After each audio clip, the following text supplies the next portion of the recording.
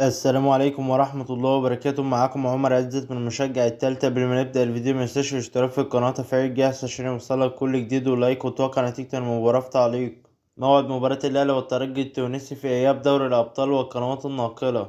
تقام مباراة الأهلي والترجي في إياب نهائي دوري أبطال أفريقيا يوم السبت المقبل الموافق 25 مايو 2024، وتنطلق مباراة الأهلي والترجي في تمام الساعة 8 مساء بتوقيت القاهرة والسعودية، والسادسة مساء بتوقيت تونس.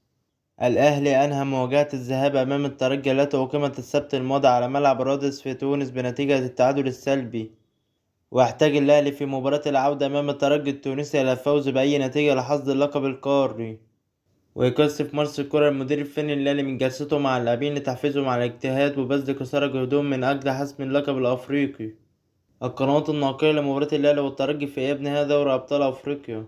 تذاع مباراة الأهلي والترجي في إياب نهائي دوري أبطال أفريقيا 2024 عبر قناة بي إن سبورتس القطرية، باعتبارها الملك الحاصل على حقوق نقل البطولة القارية في الشرق الأوسط. ويذكر أن النادي الأهلي هو صاحب الرقم القياسي في عدد مرات التتوج ببطولة دوري أبطال أفريقيا، وفيه جمعته 11 لقب، فيما يمتلك الترجي التونسي 4 ألقاب قارية فقط في رصيده من تلك البطولة. دي آخر أخبار المستشفى. اشتراك في القناة وتفعيل الجرس عشان يوصلك كل جديد، واللايك، وتوقع نتيجة المباراة في تعليق. والسلام عليكم ورحمة الله وبركاته.